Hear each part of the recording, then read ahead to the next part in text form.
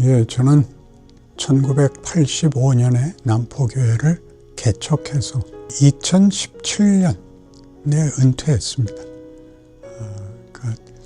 지금까지로 치면 38년째 하고 있고, 17년에 은퇴한 이유는 원로 목사라는 이름으로 설교 사역은 계속하고 있습니다. 지난 40년간 설교자로서의 삶은 어땠는지 궁금합니다.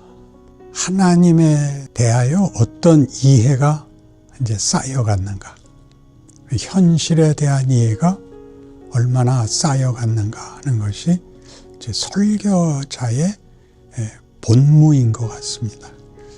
각오도 시켜야 되고, 동기부여도 해야 되고, 또 커다란 전망과 기대도 만들어줘야 되는데, 성경에 드러난 하나님이 자신을 어떻게 설명하시고 우리를 어떻게 목적하고 계신가 하는 것을 풍성하게 만들어내는 과정을 지금까지 겪고 있습니다.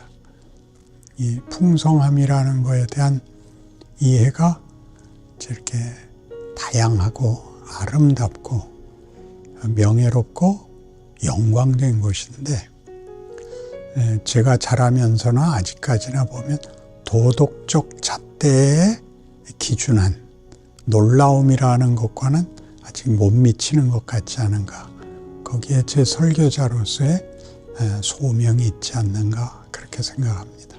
설교자 박영선에게 이 선집이 의미하는 바가 궁금합니다. 보통 한국교회에서는 구원론과 내세론이 주된 관심사이고, 현실에 대한 설명은 이렇게 많지 않습니다. 그러니까 현실은 이제 위협적이거든요.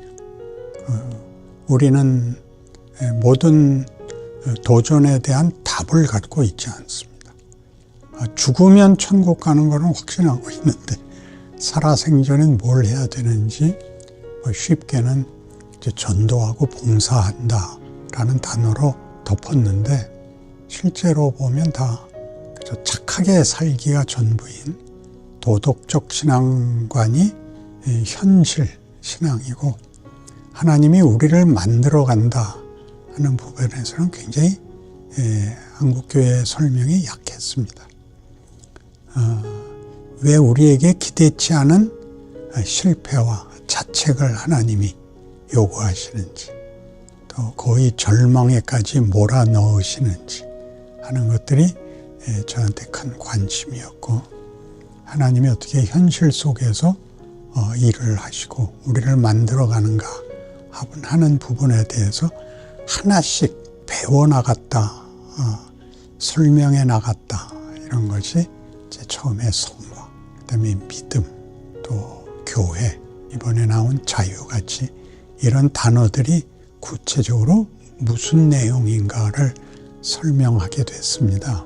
내가 경험한 범위 내에서 제가 자라난 교회에서나 또는 목회하면서 만난 교우들은 대부분 그런 단어들이 매우 추상적이었습니다. 그래서 추상적이라는 건 현실에서 쓸 수가 없고, 방향은 되지만 길이 되질 않습니다. 하루하루를 어떻게 살고 그런 도전과 방향을 어떻게 걸어가야 되는지, 우리 다 아는 말 중에 방향은 길을 가르쳐 주지 않는다, 그런 말이 있습니다.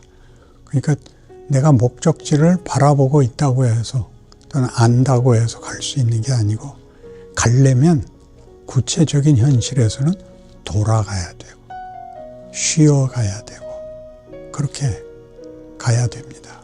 저 일직선으로 갈 수 있는 건 피터판하고 천사밖에 없어요. 그러니까 그 구체적으로 우리 현실에서 어떻게 막막한지 당황스러운지 하는 부분들을 설명하려고 애쓴 것입니다. 대표적인 단어들 아닌가요? 우리 신앙에 있어서 현실의 그 단어들을 녹여내지 못한 것에 이제 제가 책임을 느낀 것이죠. 이 책을 읽고 실제적으로 어떤 유익이 되기를 바라시는지 제가 저에게 한 말씀 부탁드립니다. 하나님이 이 자유를 주셨다. 하나님이 우리의 아버지가 되신다. 우리는 그의 자식이다. 하는 것들이 이 모두에 묻어놔야 됩니다. 이 모두의 근거입니다. 성화니 믿음이니 교회니 자유니 하는 것들이 다 하나님이 우리를 무엇을 목적했는가를 알지 못하면 성립이 안 되는 주제들이 됩니다.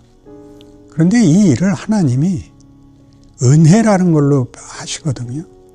하나님이 은혜라는 것으로 이 목적을 이루시는데 은혜란 우리에게는 용서고 공짜 이렇게 되어 있는데 은혜란 하나님이 고집을 부리신다는 뜻입니다. 우리의 실패와 우리의 타협에 그 정도로 포기하시지 않는다. 난 내 목적을 이루고야 말 것이다. 라는 게 하나님의 은혜입니다. 그래서 이런 이해가 우리를 뭘 만드냐 하면 우리가 잘못했다고 해서 이 약속과 이 목적이 중단되지 않는다. 어떠한 경우에도 포기하지 않는다. 그 증거는 예수를 봐라. 십자가를 봐라. 이렇게 되는 것입니다.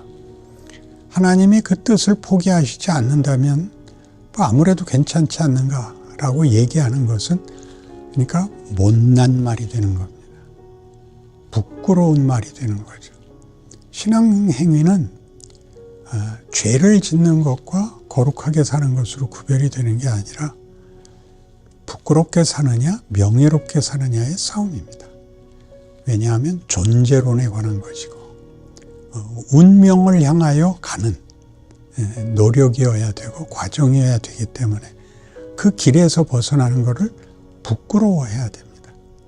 그게 각 개인들에게 어떻게 나타나느냐 하면 이제 변명하고 외면하고 억지를 부리죠. 하나님이 안 해주시는데 내가 무슨 수가 있습니까? 이제 대표적인 표현인데 네가 그 실력을 가져야 되기 때문에 내가 대신해 줄 수 없다. 이번에 실패가 끝이 아니다. 한 번 더 하자. 이게 하나님의 의지이기 때문에 은혜이기 때문에 우리는 무슨 그 결론에 이르러야 되냐 하면 포기할 수 없다. 이건 내가 되지 않으면 끝나지 않는다. 그래서 여러분의 인생을 진지하게 만들고 그 부끄러움을 알게 하고 하나님이 우리를 부른 자리가 명예와 영광의 자리라는 것을 찾아 나가는 그런 기대가 있기를 바라는 것입니다.